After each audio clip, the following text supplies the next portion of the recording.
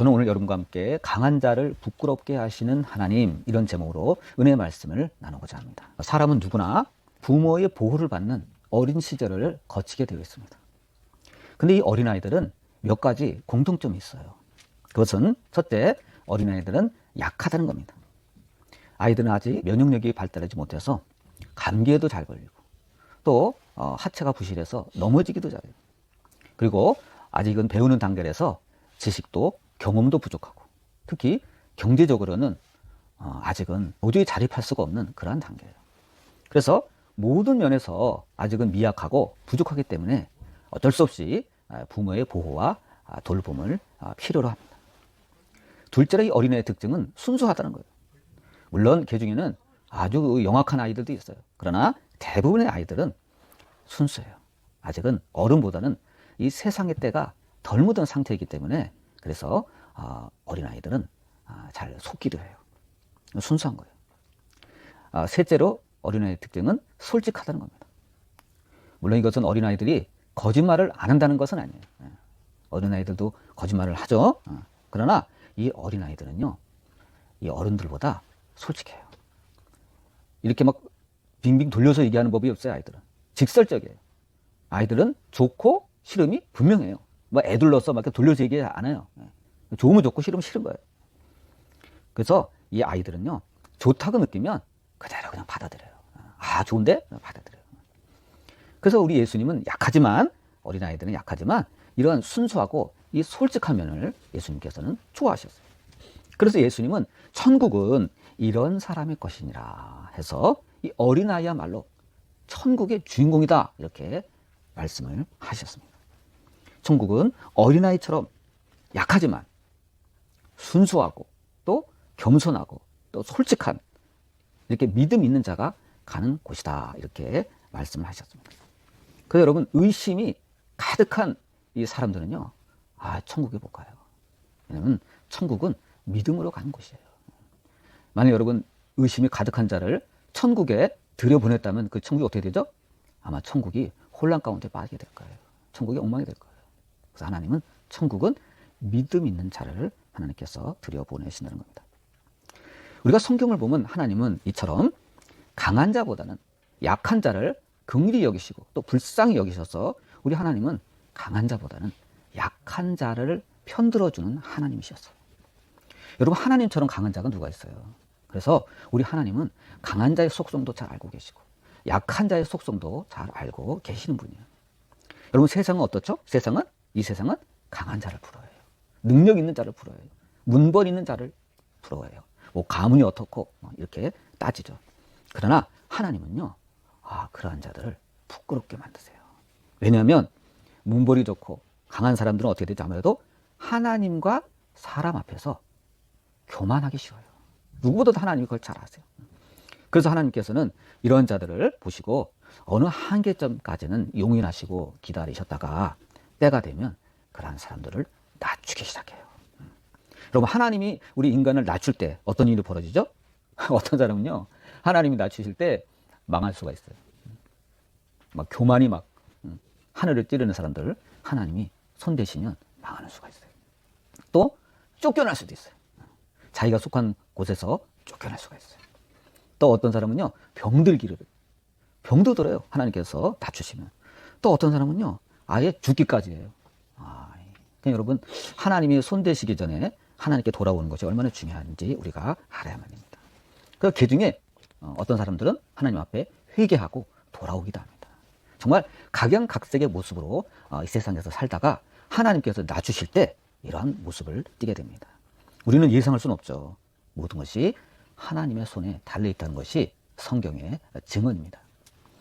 여러분, 우리가 세상을 살다 보면 근데 하나님을 믿지 않는 자들이 하나님을 믿는 사람들을 특히 성도들을 막 차별하고 또 욕하고 핍박하고 뭐 속이고 이런 경우가 있어요.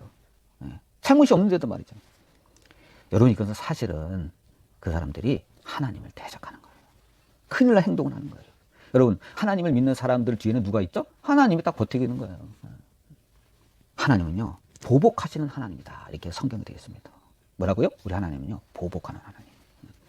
그래서 성경을 보면 원수 갚는 것이 내게 있다, 이렇게 되어 있습니다. 왜 이런 말씀하셨죠? 우리가 세상 살다 보면 억울한 일을 많이 당하기 때문이에요. 난 잘못이 없는데, 난 뚜렷하게 내가 고의를 한 것도 아닌데, 억울하게 이렇게 고난을 겪는 사람들이 있습니다. 그래서 로마서 12장 19절을 보면 다음과 같이 기록되어 있어요. 내 사랑하는 자들아, 너희가 친히 원수를 갚지 말고 하나님의 진노하심에 맡기라. 기록되었을 때 원수 갚는 것이 내게 있으니 내가 갚으리라고 주께서 말씀하시니라. 이렇게 되어 있습니다. 여러분, 우리가 살다 보면 억울한 일 당하죠? 근데 그렇다고 여러분들이요, 사적인 보복을 하려 하지 마세요. 여러분과 저는 손에 피를 묻힐 필요가 없어요. 손을 더럽힐 필요가 없다는 얘기예요. 대신 우리는 어떻게 되죠? 기도만 하세요. 기도만. 하나님, 누가 나를 괴롭혀요? 누구 때문에 못 살겠어요? 하나님이 좀 중지시켜 주세요. 하나님께 개입해 주세요. 하나님께, 여러분, 우리가 아버지에게, 어린아이가 아버지에게 와서 일르듯이, 엄마한테 와서 사정을 털어놓듯이 그렇게 하나님께 털어놓으란 말이에요. 하나님이 말씀했잖아요. 너희가 친히 원수 갚지 말라고. 하나님의 진노하심에 맡기라 그랬잖아요. 그럼 여러분 어떻게 하죠? 하나님이 대신 처리해 주십니다. 여러분, 하나님이 세상에서 제일 무서운 분이에요. 나를 괴롭히는 사람을 하나님이요, 심하면 생명을 뺏어갈 수도 있어요. 꼭 그렇게 하라는 건 아니지만 어떻게 해요? 하나님께서 하시는 대로 우리가 맡겨야 됩니다. 그래서 사무엘상 17장을 보면 거인 골리앗이 소년 다윗에게 죽임을 당하는 장면이 나옵니다. 아주 유명한 장면이죠. 여러분, 골리앗은 왜 죽임을 당했죠? 하나님 앞에서 지극히 교만한 언행을 했기 때문에 그는 갑작스럽게 죽임을 당했습니다. 여러분, 우리가 이 배경을 보면요, 골리앗은 다윗이 나타나기까지 무려 40일 동안 전쟁터에서 하나님을 섬기는 이스라엘 군대를 모욕하고 저주하고 희롱했습니다. 여러분, 겉으로 봐서는 누가 누구를 희롱하는 거예요, 지금? 골리앗이 이스라엘 백성, 이스라엘 군대를 지금 욕하고 저주하고 희롱하는 거예요. 근데 사실은 누구를 희롱하는 거예요? 하나님을 희롱하는 거예요. 그 뒤에 버티고 계시는 하나님을 저주하는 거예요. 이것은 하나님이요, 용인할 수 있는 어떤 한계선을 넘어선 거예요. 뭐 한두번 하고 했으면 그럴 수 있다. 감정이 올라와서 그럴 수 있다 하지만 이 골리앗을 보면요, 성경을 보면 무려 40일 동안 떠들어댄 거예요.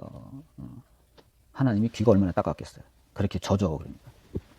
우리는 절대로 골리앗처럼 하나님을 시험하거나 하나님을 대적해서는 안 됩니다. 그때 하나님은 다윗을 사용하신 거예요. 소년 다윗을, 그것도.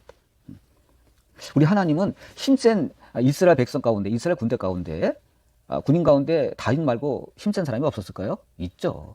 다윗보다 훨씬 골격이 좋고 싸움도 잘하고 더 용기 있는 사람이 있었을 거예요. 그 당시 그 옆에는요, 다윗의 형들도 있어요. 다윗의 형들이 잘생기고 기골이 장대하다고 성경은 이야기하고 있습니다. 근데 하나님은요, 다윗의 형들을 사용 안 했어요. 누구 사용했죠? 아직은 발육 단계에 있는 어린 소년 다윗을 사용하셨어요. 이건요, 되게 의도적인 거예요.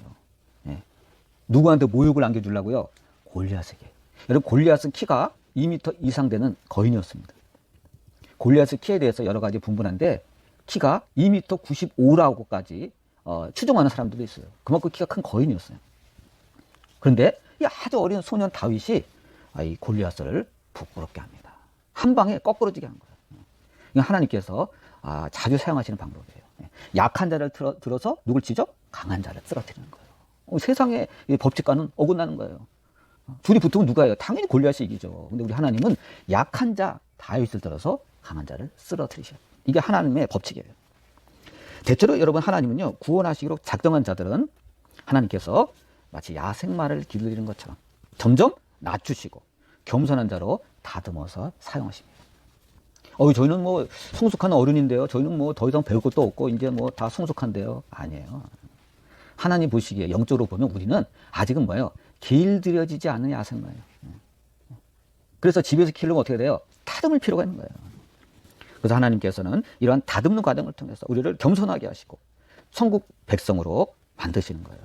물론 하나님께서 우리를 낮추시고 다듬으실 때 우리에게 뭐가 오죠? 고통이 와요. 생각지도 않은 고통이 와요. 근데 그것이 하나님께서 보시기에는 우리가 생명을 얻는 길이고 구원의 길에 우리가 들어서는 것입니다. 성숙된 사람으로 서서히 변하기 시작합니다. 여러분, 성경을 보면요, 하나님은 꼭 이런 방법을 사용하셨어요. 하나님은 교만하고 자랑질하기 좋아하는 야곱의 아들 요셉이 있었죠. 이 요셉을 감옥 가기까지 낮추시고 하나님만 바라보게 하시다가 애굽의 총리로 만드셨습니다. 여러분, 감옥에 무슨 소망이 있어요? 아무런 소망이 없잖아요. 그때 요셉은 하나님만 바라보고 살았습니다. 하나님을 자기의 요새로 삼고 피할 산성으로 삼고 났습니다. 그랬더니 애굽의 총리가 되게 하셨어요. 인간으로는 정말 상상하지 못한 방법으로 하나님께서 역사하셨습니다. 그래서 하나님이에요. 또한 하나님은 혈기 많고 성미가 급한 모세를 왕궁에서 쫓겨나게 하시고, 아까 그랬죠? 하나님이 다듬으실 때 쫓겨날 수 있다고. 미디안 광야에서 40년 동안 양을 치게 하시다가 어느 날 호렙산에서 하나님께서 나타나셔서 이스라엘의 출애굽 백성의 지도자로 삼으셨습니다.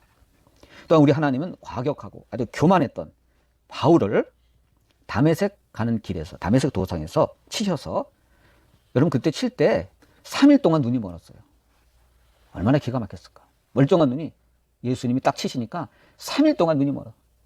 그래서 밥도 못 먹고 잠도 못 자고 물도 못 마신 상태로 거의 폐인처럼 3일 동안 지내다가 겸손해진 바울을 예수님께서 이방인을 위한 사도로 사용하셨습니다. 이처럼 하나님은요, 선택한 사람일수록 낮춰서 사용하십니다. 그래서 여러분, 우리가 어떤 어려움이 올 때 내가 왜 이러나 그런 생각이 들죠? 그럴 때 우리는 하나님이 나를 낮추시는구나. 그동안 내가 하나님 앞에서 겸손하지 못했구나, 교만했구나, 그런 생각을 하면 맞습니다. 그렇지만 하나님은요, 멸망시키기로 작정한 자들은요, 죄를 더 쌓도록 방치하십니다. 그래, 너희 죄가 조금 있으면 더 꽉 찰 거다, 계속 죄 져라. 하나님이 유기시킨다 그러죠. 방치하시는 거예요. 그런 자들은요, 우리가 그런 자들에서 아무리 기도하고 기도해도요, 그 사람들은요, 변함없이 죄를 짓고 삽니다. 하나님은 이러한 교만한 자들을 지켜보시다가 누구처럼? 골리앗처럼 한 방에 데려가십니다.